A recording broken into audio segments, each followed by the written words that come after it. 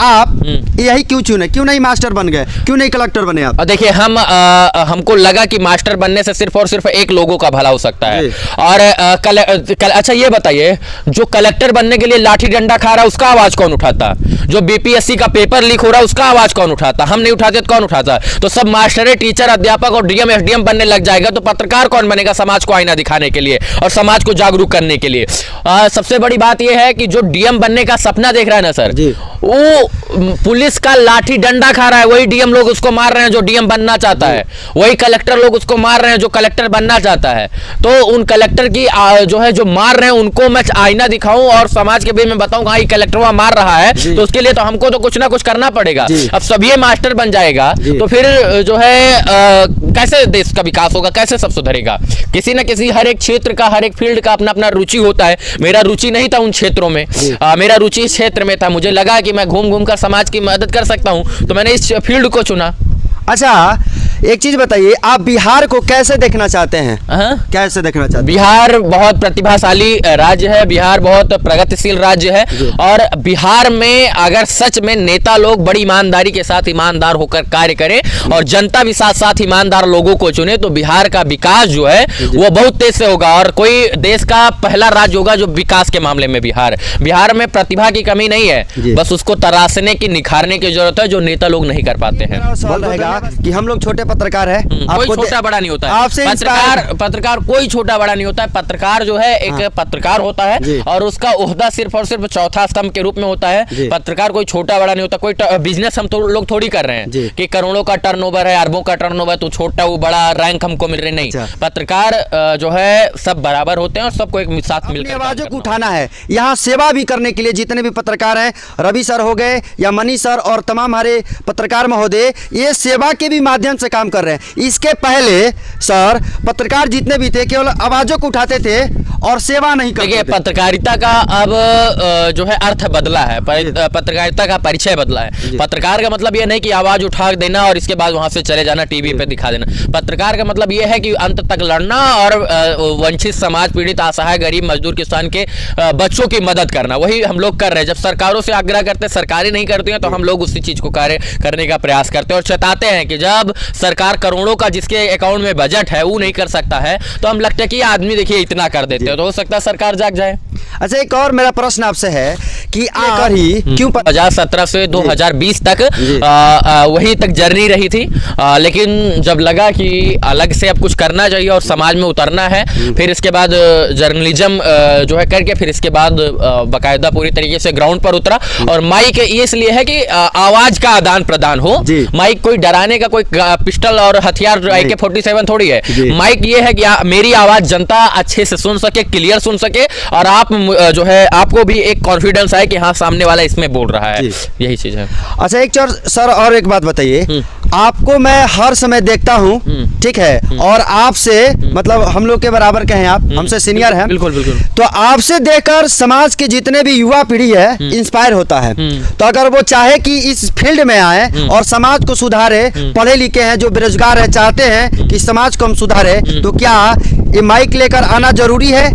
ये तो आपने बताया कि ऐसे भी आ सकते हैं। देखिए डर सच है और सच्चाई के रास्ते पर हरदम चलते हैं और अच्छा करते हैं, लोगों की दुआ है, इसीलिए डर वर नहीं लगता है। डर किस बात का? अगर हम गलत होते तो हमको डर लगता है ना। जब हम सही रास्ते पर चल रहे हैं और सही से सवाल पूछ रहे हैं और लोग के हित के लिए सवाल पूछ रहे हैं तो किससे डरना? जो झूठा होगा, जो गलत होगा, वो हमको खुद देख के डर के भाग जाता है। घूसखोर मुस्खोर तमाम लोग जो है, तो डरते हम नहीं, डराते हैं बल्कि हम लोग। एक चीज है कि ये पुलिस को लेकर सबसे ज्यादा ट्रेंडिंग पर चलते हैं। कोई पुलिस से आपको ज्यादा नफरत है का? पुलिस से लड़ाई करते हैं? पुलिस से कोई नफरत नहीं है। देखिए पुलिस का काम होता है समाज को सुधारना और वही पुलिस जब समाज को सुधारने की जगह समाज को बिगाड़ने का काम करे तो फिर सवाल पूछना हमारा दायित्व बन जाता है। मैं पुलिस से इसलिए अक्सर सवाल करता हूँ क्योंकि मैंने उनको रंगे हाथ घूस लेते हुए पकड़ता हूँ। जिस उम्र में उनको सच में अच्छी शिक्षा देकर लोगों के पास जाकर जो है लोगों की मदद करनी चाहिए, वो रात में वसूली में लगे होते हैं। बिहार में शराब शराबबंदी से जो है सैकड़ों लोगों की मृत्यु हो जाती है, सैकड़ों लोग के, ठीक है। और जो है सरकार जो है अच्छा खासा बजट खर्च करती है, और तब भी शराब जो है यूपी बॉर्डर से जो है बिहार में आ जाता है। तो क्यों आता है? काहे कि पुलिस वहां सोता है। तो सवाल पुलिस से नहीं किया जाएगा, किससे किया जाएगा? रोहतास में जो अभी ये स्कूल है, जो अभी वायरलगढ़ जो सोलोनी है, उसका जो विद्यालय है, जो वहाँ का अनिल सिंह जो है उसका प्रधानाध्यापक, सरकारी जो फंड है उस विद्यालय की तरह हर गांव में, हर पंचायत में नहीं हो सकता है क्या? देखिए, उसकी तरह मानसिकता चाहिए ना, अनिल सिंह जी की तरह, अनिल सिंह जी की तरह जागरूकता चाहिए। और जिस दिन सरकारी स्कूल के मास्टर जागरूक हो जाएंगे, शिक्षित तो हैं ही, खैर जागरूक हो जाएंगे और अपने स्कूल के विकास की मानसिकता हो जाएगी, उस दिन सरकारी स्कूल की दशा दिशा सब कुछ बदल जाएगी। देखिए, सबसे बड़ी बात यह है कि हमारी मानसिकता पहले हमें परिवर्तित करना होगा, और सरकार को तो नियम लगा देना चाहिए, सरकारी स्कूल के मास्टर के बेटे और बेटियां जो है उसी स्कूल में पढ़ेंगे जिस स्कूल में वो पढ़ाते हैं। तो अगर उस स्कूल में उनके बच्चे पढ़ने लग जाएंगे तो सच बात तो यह है कि उस स्कूल का विकास बहुत अच्छा होगा। सुने कि आप सोलोनी को ले जाकर लैपटॉप दिए। हाँ, वो मेरा दायित्व था। मैं इंसान हूँ, इंसान के रूप में इंसान बनने का प्रयास किया, और मुझे लगा कि जो है अगर उसको लैपटॉप दिया जाएगा तो वो बच्ची आगे और अच्छा कमाल करेगी, इसीलिए उसको लैपटॉप देना उचित था, और लोगों के मदद से, सहयोग से हमने जाके उसको जो है लैपटॉप दिया। अच्छा, समाज में अगर इस तरह के और अगर बच्चियां हो या बच्चे हो, उसके लिए आप क्या करेंगे? बिल्कुल, जो हमारे कैटेगरी में आएगा, जिस लायक हम बने हैं और हमको लगेगा कि सच में करने लायक है, और हमको लगेगा कि इसको जरूरत है, जिस चीज की जरूरत है उसको हम लोग सदैव निरंतर जो है देने का प्रयास करेंगे, किसी भी तरीके से पीछे नहीं हटेंगे। बहुत सारे एग्जाम्पल पहले भी हैं, और कोई भी रहेगा तो हम लोग जांच परख कर जो है उसके उज्जवल भविष्य को बनाने के लिए उसको वो चीज देंगे जिसकी उसको जरूरत है। देखिए, आज पत्रकारिता केवल स्तंभ जो चौथा है लोकतंत्र का, केवल ये नहीं रह गया कि अपनी आवाज़ों को उठाना है, और ये चेहरा किसी पर्चे के मोहताज नहीं है। और हमारे माननीय रवि भट्ट जी हैं, इनको बहुत मैं सम्मान करता हूं और इनके पदचिन्हों पर चलने का प्रयास करता हूं, और समाज में कुछ अच्छा करने के लिए इनके मार्गदर्शन पर चलने का प्रयास करता हूं। आज मेरा ऐसा दिन है जिस दिन मैं इनसे मिला हूं, मेरा सौभाग्य है कि आज इनसे मुलाकात हुआ। आज मैं इनका मुंह मीठा कराने का बिल्कुल भाई, बहुत बहुत धन्यवाद, और सदैव ईमानदारी के साथ आगे बढ़ते रहना है जी। ऐसी तमाम शुभकामना आपको, बहुत बहुत धन्यवाद। और कुछ सवाल है तो जरूर पूछिए। बिल्कुल सर, सवाल हमारे सत्ता में बैठे हुए हमारी सरकार है, जो विद्यार्थी गरीब के जो बच्चे हैं प्रतिदिन कठिन से कठिन मेहनत करके पैसा जुटा कर पटना में ऑनलाइन अपने वेबसाइट लेकर पढ़ाई करते हैं, जब वो परीक्षा देने जाते हैं तो उनका पेपर लीक हो जाता है। इस पर आप क्या कहना चाहते हैं? यही कि कहीं ना कहीं सरकार से ज़्यादा हम लोगों का दोष है।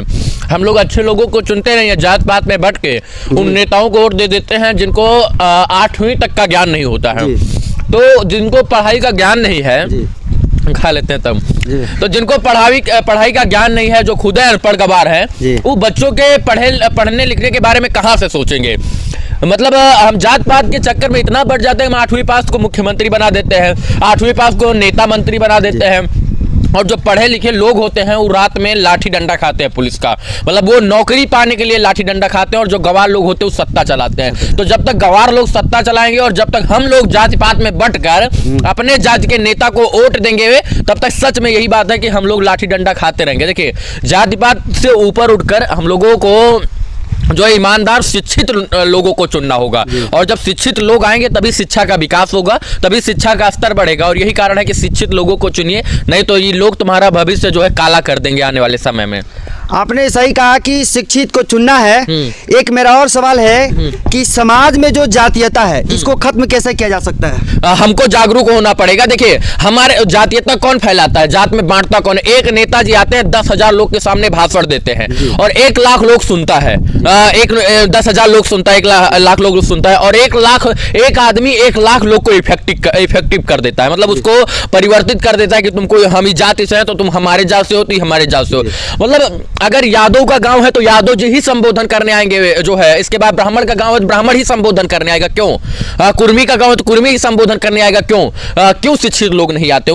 लेकिन हम ही लोग मौका देते हैं ना उनको। तो एक बार तोड़ दीजिए, इसके बाद दोबारा वो लोग नहीं करेंगे, जाति से ऊपर उठना होगा, तभी हमारा भी। चलिए, मेरे माननीय रवि भट्ट जी का कहना है कि जात से हटकर अगर हम काम करेंगे, जैसे खान सर शिक्षा के जगत में उन्होंने एक ऐसा स्तंभ खड़ा किया है जिसके वजह से गरीब के गरीब जो बच्चा है वो अच्छे से अपनी शिक्षा प्राप्त कर सकता है। एक और मेरा सवाल रहेगा सर कि जो आज पत्रकार महोदय हैं, जो डिजिटल मीडिया है, जिसके कारण पूरे हमारे बिहार और पूरे इंडिया हर कामों में, जैसे मान चलिए कोई गरीब, देखिए शिक्षा रहेगा तभी तो सवाल पूछिएगा, आप शिक्षित नहीं रहेगा तो सवाल किससे पूछेगा? आप को जो है बुर्बक लोग और बुर्बक बना देंगे।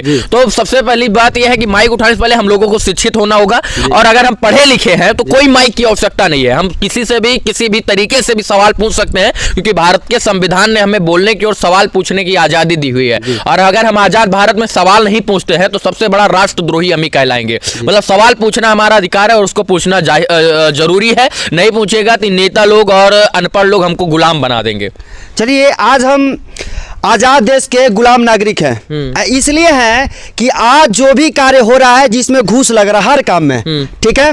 तो एक चीज, एक शिक्षक होने के नाते जब आपसे मैं मिला तो सोचता हूँ कि ये माइक लेकर, इस माइक में इतनी ताकत है कि अगर इसको कहीं लेके जाते हैं तो लोग इससे डरते हैं, इस तरफ जाते हैं तो धक्के मार के निकाल देते हैं। तो इसमें अगर लोग चाहें समाज में तो क्या संदेश देना चाहते हैं जो पढ़े लिखे हैं? क्या माइक लेकर जाना जरूरी है या ऐसे जाए तो ठीक होगा? देखिए माइक जैसे माइक का हमको नहीं लगता है, सवाल पूछने आपको आना चाहिए और कैमरा आपके पास होना चाहिए, माइक हो या ना हो फर्क नहीं पड़ता है, बस आपको सवाल करने आना चाहिए और जेन्युइन सवाल का। हालांकि मीडिया देश का चौथा स्तंभ है, तो मीडिया से लोग तो वैसे ही भी डरते हैं कि हमारे खबर जो है सोशल मीडिया पर चले जाएगी, टीवी पे चली जाएगी, लेकिन मीडिया का काम देश का हर एक नागरिक कर सकता है। सबके पास फोन है, एंड्रॉइड फोन है, स्मार्टफोन है, सब लोग अगर कहीं गलत हो रहा है तो उसका वीडियो शूट करके अपने अपने फेसबुक यूट्यूब पर अपलोड कर सकते हैं, और जरूरी है कि उस पर कार्रवाई होगी, जरूर होगी कार्रवाई। हम ही लोग तो वीडियो शूट करते हैं तो फेसबुक यूट्यूब पर डालते हैं तो कार्रवाई हो जाता है, तो आम आदमी क्यों नहीं कर सकता? हम भी तो आम आदमी हैं। तो लोगों को माइक की जरूरत नहीं है, फोन उनके पास है तो कुछ भी किसी भी समस्या का हल निकाल सकते हैं। आजकल पूरे समाज में हमारे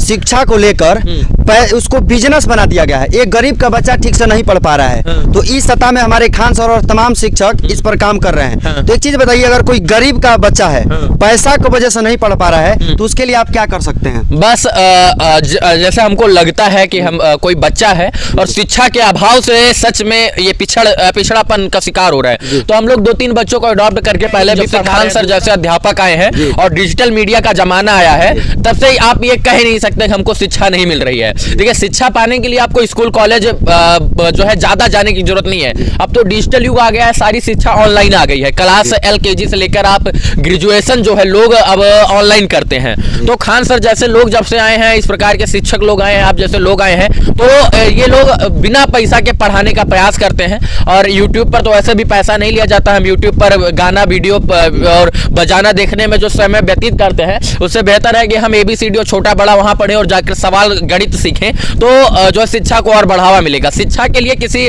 खास जगह की आवश्यकता नहीं होनी चाहिए, शिक्षा के लिए एक मानसिकता होनी चाहिए, और जब तक वो मानसिकता नहीं आएगी आप शिक्षा ग्रहण ही नहीं कर सकते हैं। आपके पास कितना भी संसाधन दे दिया जाए, तो संसाधनों का ठिकरा फोड़ने वाले लोग जो है वो यूट्यूब फेसबुक से भी सीख सकते हैं। नहीं होता है पत्रकार कोई छोटा बड़ा नहीं होता है, पत्रकार जो है एक पत्रकार होता है और उसका ओहदा सिर्फ और सिर्फ चौथा स्तंभ के रूप में होता है। पत्रकार कोई छोटा बड़ा नहीं होता, कोई बिजनेस हम तो लोग थोड़ी कर रहे हैं कि करोड़ों का टर्नओवर है, अरबों का टर्नओवर, तो छोटा वो बड़ा रैंक हमको मिल रही नहीं। पत्रकार जो है सब बराबर होते हैं और सबको एक साथ मिलकर काम करना होता है। हम लोग के लिए क्या कहेंगे सर, मेरे लिए हमारा सपोर्ट के लिए बस यही कि ये अच्छा कर रहे हैं तो इनका सहयोग कीजिए, और अगर ये गलत करें तो इनको उंगली पकड़कर बताइए कि आप यहाँ पर दीपक भाई गलत कर रहे हैं, आपको ये नहीं करना चाहिए, आप ये और अच्छा करते हैं तो और बेहतर होगा। तो बस यही कहेंगे कि ये अच्छा कर रहे हैं तो इनका सदैव सपोर्ट होना चाहिए, और इनके चैनल को भी सब्सक्राइब और लाइक फॉलो करना चाहिए आप लोगों को। लगा दिए हैं आप उसमें, क्या है ठीक है, बहुत आगे बढ़िए, ऐसी तमाम शुभकामना। मेरे कोचिंग में कब आएंगे ज्ञान जी रिसर्च सेंटर? बहुत जल्द, हम लोग पहले भी आपसे मिले थे तो हम लोग प्लानिंग कर रहे थे कि आना है, और बहुत जल्द आते हैं। बहुत बहुत धन्यवाद, जय हिंद।